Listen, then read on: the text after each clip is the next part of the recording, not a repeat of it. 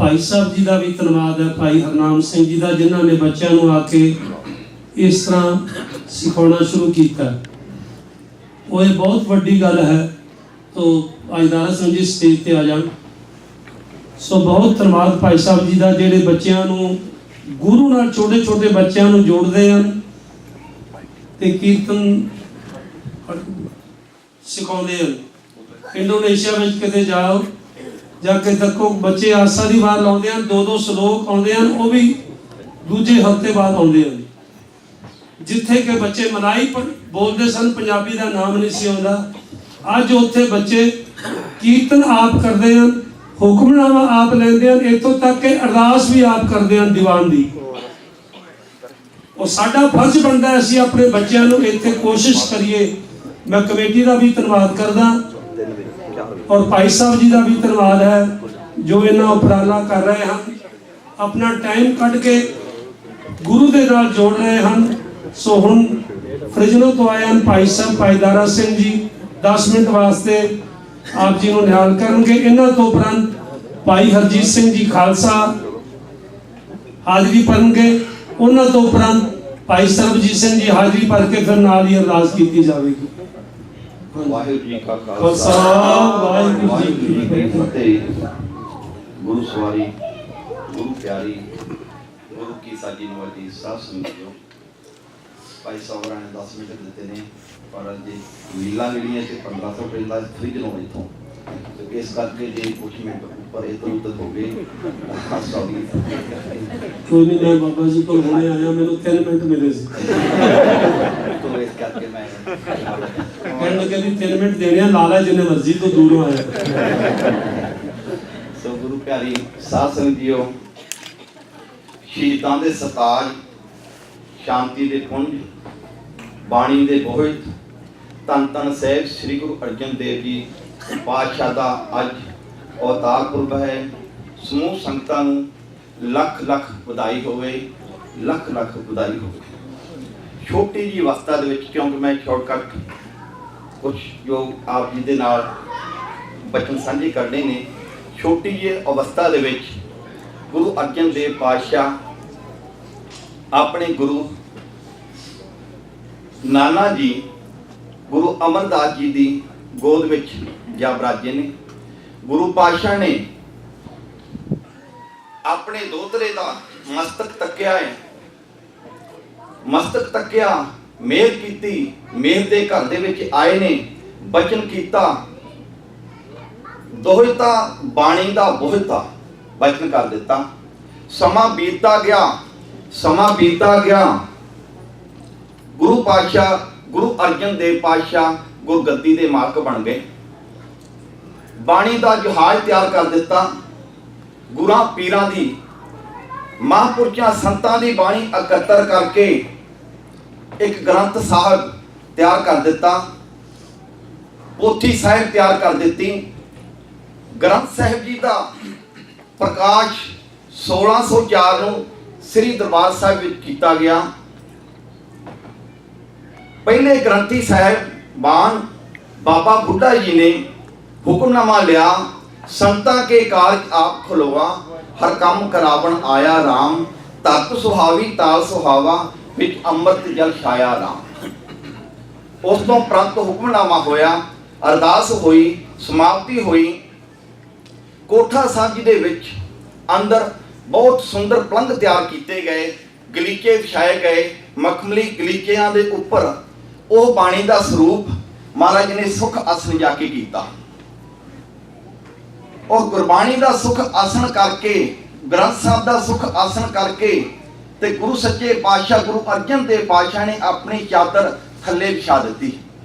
कहते अज तो बाद साडा आसन थले होवेगा। बाणी गुरु गुरु है बाणी, विच बाणी अमृत सारे, गुरबाणी कहे सेवक जन माने, प्रतख गुरु निस्तारे। इन्ना सत्कार किया गुरु महाराज ने गुरबाणी का।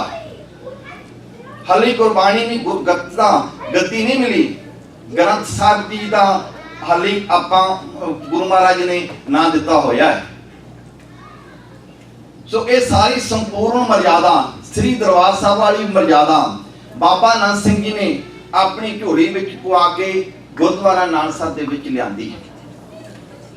ਇੱਥੇ ਸੰਤ ਆਉਣ, ਮਹਾਂਪੁਰਖ ਆਉਣ, ਰਾਜੇ ਆਉਣ, ਮਹਾਰਾਜੇ ਆਉਣ, ਸਾਰਿਆਂ ਦੇ ਆਸਣ ਥੱਲੇ ਹੁੰਦੇ ਨੇ। ਇੱਕੋ ਤਾਂ ਇੱਕੋ ਗੁਰੂ ਗ੍ਰੰਥ ਸਾਹਿਬ ਜੀ ਦਾ ਆਸਣ ਪਲੰਘਾਂ ਦੇ ਵਿੱਚ ਹੁੰਦਾ ਹੈ। ਹਾਜ਼ਰ ਨਾਜ਼ਰ ਜਾਣ ਕੇ ਉੱਥੇ ਪੂਜਾ ਕੀਤੀ ਜਾਂਦੀ ਹੈ। ਸੰਗਤਾਂ ਨੇ ਗੁਰੂ ਦਸਵੇਂ ਪਾਤਸ਼ਾਹ ਤੋਂ ਪੁੱਛਿਆ ਸੀ ਕਿ ਸੱਚੇ ਪਾਤਸ਼ਾਹ ਆਪ ਦਰਗਾਹ ਨੂੰ ਚੱਲੇ ਹੋ, ਨੌਵੇਂ ਜਾਮਿਆਂ ਤੱਕ ਗੁਰੂ ਪਾਤਸ਼ਾਹ ਆਉਣ ਵਾਲੇ ਗੁਰੂ ਦਾ ਪੱਲਾ ਪਕੜਾ ਕੇ ਜਾਂਦੇ ਸਨ, ਆਪ ਸਾਨੂੰ ਕਿਸ ਤੇ ਲੜ ਲਾ ਕੇ ਚੱਲੇ ਹੋ, ਕਿੰਦੇ ਲੜ ਲਾ ਕੇ ਚੱਲੇ ਹੋ। ਉਸ ਵਕਤ ਗੁਰੂ ਸੱਚੇ ਪਾਤਸ਼ਾਹ ਨੇ ਕਿਹਾ ਸੀ,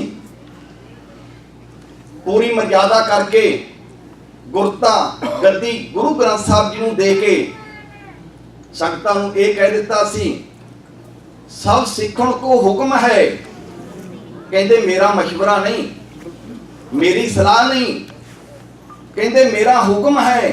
ਸਭ ਸਿੱਖਣ ਕੋ ਹੁਕਮ ਹੈ, ਗੁਰੂ ਮਾਨਿਓ ਗ੍ਰੰਥ। ਫਿਰ ਕਹਿੰਦੇ ਇੱਥੇ ਬਸ ਨਹੀਂ, ਕਹਿੰਦੇ ਗੁਰੂ ਗ੍ਰੰਥ ਕੀ ਮਾਨਿਓ ਪ੍ਰਗਟ ਗੁਰਾਂ ਕੀ ਦੇਹ। ਇਸ ਤਰ੍ਹਾਂ ਮੰਨਣਾ ਹੈ, ਹਾਜ਼ਰ ਨਾਜ਼ਰ ਜਾਣ ਕੇ ਮੰਨਣਾ ਹੈ, ਪ੍ਰਤੱਖ ਜਾਣ ਕੇ ਮੰਨਣਾ ਹੈ। ਇਹ ਨਹੀਂ ਸਮਝ ਲੈਣਾ ਕਿ ਇਹ ਗ੍ਰੰਥ ਹੈ, ਇਹ ਪੋਥਾ ਹੈ, ਇੱਕ ਛਾਈ ਦੇ ਨਾਲ ਲਿਖੇ ਹੋਏ ਅੱਖਰ ਨੇ। ਇਸ ਤਰ੍ਹਾਂ ਨਹੀਂ ਮੰਨਣਾ, ਪ੍ਰਗਟ ਗੁਰਾਂ ਕੀ ਦੇਹ ਜਾਣ ਕੇ ਇਹਨੂੰ ਮੰਨਣਾ ਹੈ। ਗੁਰੂ ਪਾਤਸ਼ਾਹ ਨੇ ਕਿਹਾ, ਜਿਹੜਾ ਸਿੱਖ ਸ਼ਰਧਾ ਭਾਵਨਾ ਦੇ ਨਾਲ ਗੁਰੂ ਮਹਾਰਾਜ ਦੇ ਚਰਨਾਂ ਵਿੱਚ ਆ ਕੇ ਮੱਥਾ ਟੇਕੇਗਾ, ਉਹਨੂੰ 10 ਗੁਰੂਆਂ ਦੇ ਦਰਸ਼ਨ ਹੋਣਗੇ,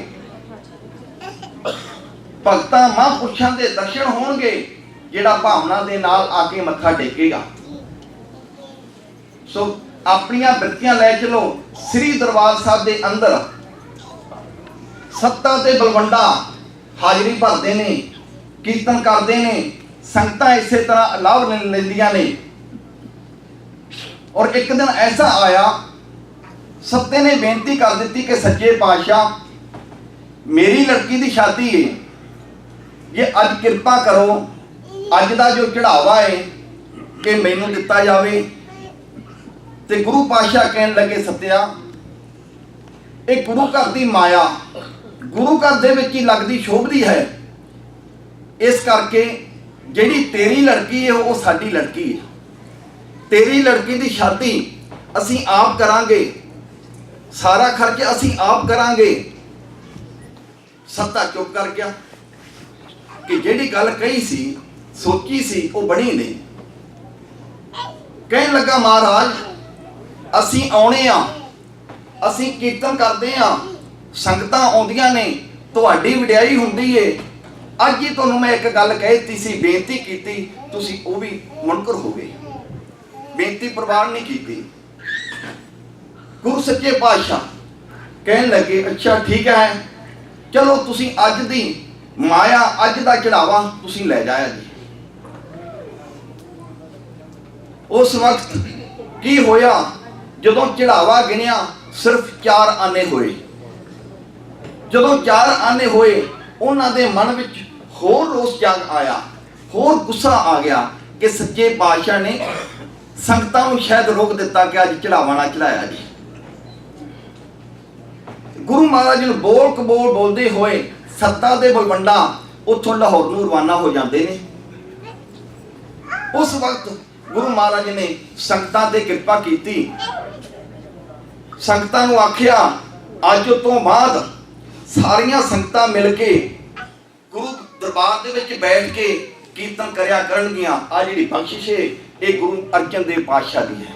ਜਿਹੜੇ ਅੱਜ ਆਪਾਂ ਕੀਰਤਨ ਕਰ ਰਹੇ ਹਾਂ, ਇਹ ਦੇਣ ਸਾਰੀ ਗੁਰੂ ਅਰਜਨ ਪਾਤਸ਼ਾਹ ਦੀ ਹੈ। ਤੇ ਗੁਰੂ ਪਾਤਸ਼ਾਹ ਨੇ ਆਪ ਫੜਿਆ ਸਰੰਦਾ, ਸੰਗਤਾਂ ਕੀਰਤਨ ਦੇ ਵਿੱਚ ਜੁੜ ਗਈਆਂ। ਕਹਿੰਦੇ 11 ਦਿਨ ਸੰਗਤਾਂ ਦੀ ਸਮਾਧੀ ਨਹੀਂ ਖੁੱਲੀ। ਮਹਾਰਾਜ ਨੇ ਸਰੰਦਾ ਫੜ ਕੇ ਆਪ ਕੀਰਤਨ ਕੀਤਾ, ਸੰਗਤਾਂ ਦੀ ਸਮਾਧੀ 11 ਦਿਨ ਜੁੜੀ ਰਹੀ, ਨਹੀਂ ਖੁੱਲੀ। ਬਚਨ ਕਰ ਦਿੱਤਾ ਗੁਰੂ ਸੱਚੇ ਪਾਤਸ਼ਾਹ ਨੇ, ਸੱਤੇ ਦੇ ਬਲਵੰਡੇ ਨੂੰ ਜਿਹੜਾ ਸਾਡੇ ਕੋਲ ਲੈ ਕੇ ਆਵੇਗਾ, ਉਹਦਾ ਮੂੰਹ ਕਾਲਾ ਕਰਕੇ ਗਧੇ ਉੱਤੇ ਚੜਾ ਕੇ ਬਾਜ਼ਾਰ ਦੇ ਵਿੱਚ ਫੇਰਿਆ ਜਾਵੇਗਾ। उधर की होया सत्ते बलवंडे का ऐसा हौल हो गया, लोग संगत थू थू करके उन दरकार रही ने, मत्थे नहीं लाउंदियां और उन्हां दे घर विच इन्नी गरीबी आ गई सत्ते ते बलवंडे दे घर दे विच, जिथे लोग इन्ना मान तान करते सी अज रोटी तो भी बैठे ने। की होया उत्थों दे अनन सिख लाहौर दे रहन वाले भाई लद्दा जी उन्हां कोल गए ने। भाई लद्दा जी साडी बेनती प्रवान करो, साडे कोल बड़ी वड्डी भुल हो गई है, असी गुरु महाराज दे कीर्तने सी पर अज असी समान तो चढ़ के थले डिग पिया, मिट्टी विच रुल गए हाँ। साडे ते तरस करो, मेहर करो, सानू गुरु महाराज दे पास ले जाके सानू माफी दवा दिओ। भाई लद्दा जी कहन लगे सत्ते ते बलवंडे नूं भी तुहाडे ते हुक्म ही बड़ा सख्त है, मैं तुहानू किवें ले जावां। मन भर आए, नेत्र भर आए, भाई लद्दा जी जिवें जानो सानू लेके जाओ। फिर भाई लद्दा जी ने की कीता, खोता मंगाया, अपना कीता मुंह काला करके खोते दे उत्ते बैठ के भाई लद्दा जी इन्हां दोनां नूं सत्ते ते बलवंडे नूं लेके दरबार साहब पहुंच जाते ने। गुरु महाराज अपने आसन ते बैठे ने, संगतां ने दस्सिया कि सच्चे पातशाह लाहौर दा लद्दा जी बड़ा सागर जी आउंदे ने, अपना मुंह काला किया होया नाल जिन्हां नूं तुसीं दरकारिया सी नाल लई आउंदे ने। जदों गुरु महाराज नूं पता लगा ते महाराज जी अपने सिंघासन तो उठे ने, उठ के जाके गलपकड़ी के ले लिया लद्दा जी नूं ते कह दिता लद्दा पर उपकारी। महाराज जी ने भजन कर दिता लद्दा पर उपकारी। ते गुरु अर्जन देव जी पूछण लगे लद्दिया की गल आ सांग क्यों वरताया, आ सांग क्यों वरताया। लद्दा जी कहंदे हे महाराज हूं अपराधी गुनेगार, हूं मैं बेमुख मंदा, चोर जार जुआरियां पर घर जो हंदा, निंदक दुष्ट हराम खोर ठग देश ठकंदा, सिमर मरीदा ढाडिया सतगुरु बख्शंदा। पातशाह तेरे दर दे ढाडी, तेरे दर दे कीर्तनीए अज लोकां दे दरां ते जाके मत्था टेकण, अज लोकां दे दरां ते जाके मत्था टेकण, इन्हां नूं बख्श लै, तेरे दर आए ने इन्हां नूं बख्श लै। महाराज कहन लगे लद्दिया ठीक है तू नाल आ गया है, इन्हां नूं बख्शिया। कहंदे इन्हां नूं बख्शिया, कहंदे एक गल जरूर है अगे पहला आप कीर्तन करते सी, संगतां इन्हां नूं मान दिंदियां सी, पर अज तो बाद संगतां दे नाल मिल के कीर्तन करनगे। ये महाराज ने बख्शिश की थी, अज तो बाद संगतां दे नाल मिल के कीर्तन करनगे। आ जिहड़ी बख्शिश है ये साडे ते गुरु अर्जन देव पातशाह दी है, जिहड़े अज असीं सारे मिल के कीर्तन कर रहे हैं। सो बाबा नाथ सिंह जी ने श्री दरबार साहब तो सारी मर्यादा उत्थे जाके चलाई। अमृत वेले श्री सुखमनी साहब जी का पाठरम होता है, उस तो उपरंत आसा जी की वार, उस तो बाद अरदास कीर्तन, इसे तरह शाम 3 बजे पहला गुरु ग्रंथ साहब जी की कथा होंदी, उस तो उपरंत कीर्तन, शाम नूं रह रास, उस तो बाद हुक्मनामा, पूर्णमाशी वाले दिन रहन सवाई कीर्तन होंदा है। मैं छेती थोड़ा करना टाइम मैं देख रहा। उस तो बाद रहन सवाई कीर्तन होंदा है। 3 बजे अमृत वेले जो समाप्ति होंदी है, उस वक्त उतों के सेवादार उठ के एक तो जड़ियाँ संगतां आन के आराम करदियां ने, सौ जांदियां ने, उन्हां ते थोड़ा थोड़ा पानी पा के उन्हां नूं कहा जांदा भी भाई अमृत वेला है, अमृत वेले उठ के गुरु चरणों के नाल जुड़ो, सिमरन करो, जगाया जाता है। फिर कड़ा प्रशादी देग वरताई जाती है। उस तो उपरंत ये कहा जाता है कि जिन्नी संगत पूर्णमाशी ते आई है दरगाही प्रसाद वरताया जाएगा, वो लेके जाना। वो दरगाही प्रसाद केड़ा कहते कि अपने औगुणा दियां पापां दियां पंडां इत्थे छड्ड जाओ और इत्थों गुणां दियां पंडां लेके जाओ, निंदिया चुगली छड्ड जाओ, गुणां दियां पंडां लेके घर जाओ। जिन्हें आने वाली पूर्णमाशी ते आना है 50 सुखमनी साहब दे पाठ करके आवे, जां ਸ੍ਰੀ ਜਪਜੀ ਸਾਹਿਬ ਦੇ 250 ਪਾਠ ਕਰਕੇ ਆਵੇ, ਜਾਂ ਮੂਲ ਮੰਤਰ ਦੀਆਂ ਮਾਲਾ ਦੇ ਪਾਠ ਕਰਕੇ ਆਵੇ, ਜਾਂ ਗੁਰ ਮੰਤਰ ਦੀਆਂ ਮਾਲਾ ਦੇ ਪਾਠ ਕਰਕੇ ਆਵੇ, ਇਹ ਦਰਗਾਹੀ ਪ੍ਰਸ਼ਾਦ ਵਰਤਾਇਆ ਜਾਂਦਾ ਹੈ। ਪੂਰਨਮਾਸ਼ੀ ਤੋਂ ਦੂਸਰੇ ਦਿਨ ਖੰਡੇ ਬਾਟੇ ਦਾ ਅੰਮ੍ਰਿਤ ਪੰਜ ਪਿਆਰੇ ਛਕਾਉਂਦੇ ਨੇ, ਗੁਰੂ ਚਰਨਾਂ ਦੇ ਨਾਲ ਜੋੜਦੇ ਨੇ। ਔਰ ਮੈਂ ਇੱਕ ਇਹ ਬੇਨਤੀ ਕਰਦੇ ਵਾਂ, ਭਾਵੇਂ ਕੋਈ ਸ੍ਰੀ ਅਕਾਲ ਤਖਤ ਸਾਹਿਬ ਜੀ ਤੋਂ ਅੰਮ੍ਰਿਤ ਛਕ ਲਵੇ, ਪੰਜਾਂ ਤਖਤਾਂ ਤੋਂ ਅੰਮ੍ਰਿਤ ਛਕ ਲਵੇ, ਕਿਸੇ ਟਕਸਾਲ ਸੰਪਰਦਾ ਜਥੇਬੰਦੀ ਤੋਂ ਅੰਮ੍ਰਿਤ ਛਕ ਲਵੇ, ਅੰਮ੍ਰਿਤ ਇੱਕ ਹੈ। ਅਸੀਂ ਇੱਕ ਗੁਰੂ ਦੇ ਸੁਪੁੱਤਰ ਹਾਂ। ਗੁਰੂ ਸਾਡਾ ਗੁਰੂ ਗੋਬਿੰਦ ਸਿੰਘ ਸਾਹਿਬ, ਪਿਤਾ ਸਾਡਾ ਗੁਰੂ ਗੋਬਿੰਦ ਸਿੰਘ ਸਾਹਿਬ, ਮਾਤਾ ਸਾਹਿਬ ਦੇ ਮਾਂ, ਜਨਮ ਸਾਡਾ ਸ੍ਰੀ ਅਨੰਦਪੁਰ ਸਾਹਿਬ ਦਾ। ਅਸੀਂ ਜਦੋਂ ਵੀ ਮਿਲਣਾ ਹੈ ਇੱਕ ਦੂਜੇ ਨੂੰ ਫਤਿਹ ਬੁਲਾਉਣੀ ਹੈ। ਗੁਰੂ ਮਹਾਰਾਜ ਕਹਿੰਦੇ ਸੀ, ਜਿਹੜਾ ਫਤਿਹ ਬੁਲਾਏਗਾ ਉਹਦੇ ਵੱਲ ਮੇਰਾ ਮੁਖ ਹੋਵੇਗਾ। ਜਿਹੜਾ ਫਤਿਹ ਬੁਲਾਏਗਾ ਪਹਿਲਾਂ ਉਹਦੇ ਵੱਲ ਮੇਰਾ ਮੁਖ ਹੋਵੇਗਾ, ਜਿਹੜਾ ਬਾਅਦ ਵਿੱਚ ਫਤਿਹ ਬੁਲਾਏਗਾ ਉਹਦੇ ਵੱਲ ਮੇਰੀ ਪਿੱਠ ਹੋਏਗੀ। ਸੋ ਜਦੋਂ ਵੀ ਅਸੀਂ ਇੱਕ ਦੂਜੇ ਨੂੰ ਮਿਲਦੇ ਹਾਂ, ਕਦੀ ਨਹੀਂ ਸੋਚਣਾ ਕਿ ਕਿਸੇ ਦੀ ਸੰਪਰਦਾ ਦੇ ਨਾਲ ਜੁੜਿਆ ਹੈ, ਜਾਂ ਕੋਈ ਖੰਡ ਕੀਰਤਨੀਆਂ ਹੈ, ਜਾਂ ਕੋਈ ਟਕਸਾਲ ਦੇ ਨਾਲ ਨਹੀਂ। ਜਿੰਨੇ ਅੰਮ੍ਰਿਤ ਛਕ ਲਿਆ ਉਹ ਗੁਰੂ ਦਾ ਸੁਪੁੱਤਰ ਹੈ।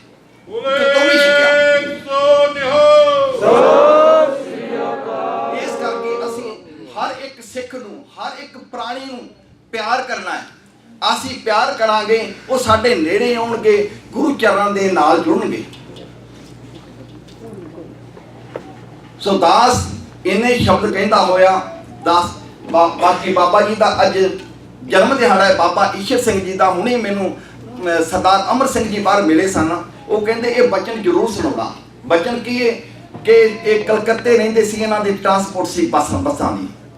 ਉੱਥੇ ਇੱਕ ਪ੍ਰੇਮੀ ਆਇਆ, ਉਹਨੇ ਆਣ ਕੇ ਬਾਬਾ ਈਸ਼ਰ ਸਿੰਘ ਜੀ ਦੇ ਕੋਲ ਬੇਨਤੀ ਕੀਤੀ। ਕਲਕੱਤੇ ਗਏ ਹੋਏ ਸੀ ਬਾਬਾ ਈਸ਼ਰ ਸਿੰਘ ਜੀ।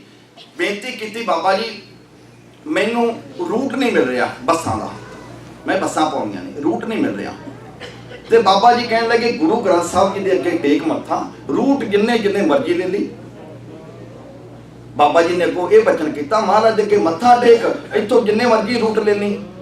ਜਦੋਂ ਇਹ ਕਹਿ ਦਿੱਤਾ, ਉਹ ਮੱਥਾ ਟੇਕ ਕੇ ਚਲਾ ਗਿਆ। ਦੂਸਰੇ ਦਿਨ ਆਪਣੇ ਆਫਿਸ ਵਿੱਚ ਗਿਆ, ਉਹਨੂੰ ਰੂਟ ਮਿਲ ਗਿਆ। ਅੱਜ ਮੈਨੂੰ ਕਹਿੰਦੇ ਕਿ ਸਰਦਾਰ ਅਮਰ ਸਿੰਘ ਜੀ ਕਿ ਕਲਕੱਤੇ ਵਿੱਚ ਜਿੰਨੀਆਂ ਬਾਹਰ ਦੀਆਂ ਕੰਪਨੀਆਂ ਸੀ ਉਹ ਸਾਰੀਆਂ ਹੀ ਬੰਦ ਕਰਤੀਆਂ, ਗੌਰਮੈਂਟ ਨੇ ਸਾਰੀਆਂ ਬੰਦ ਕਰਤੀਆਂ, ਰੂਟ ਸਾਰੇ ਬੰਦ ਕਰ ਦਿੱਤੇ ਨੇ। ਤੇ ਕਹਿੰਦੇ ਉਸ ਪ੍ਰੇਮੀ ਦਾ ਮੈਨੂੰ ਟੈਲੀਫੋਨ ਆਇਆ ਕਿ ਦੇਖੋ ਮਹਾਂਪੁਰਸ਼ਾਂ ਦੀ ਕਿੰਨੀ ਬਖਸ਼ਿਸ਼ ਹੈ, ਮੇਰੇ ਇਕੱਲੇ ਦਾ ਰੂਟ ਰਹਿ ਗਿਆ, ਸਾਰਿਆਂ ਦੇ ਬੰਦ ਕਰ ਦਿੱਤੇ।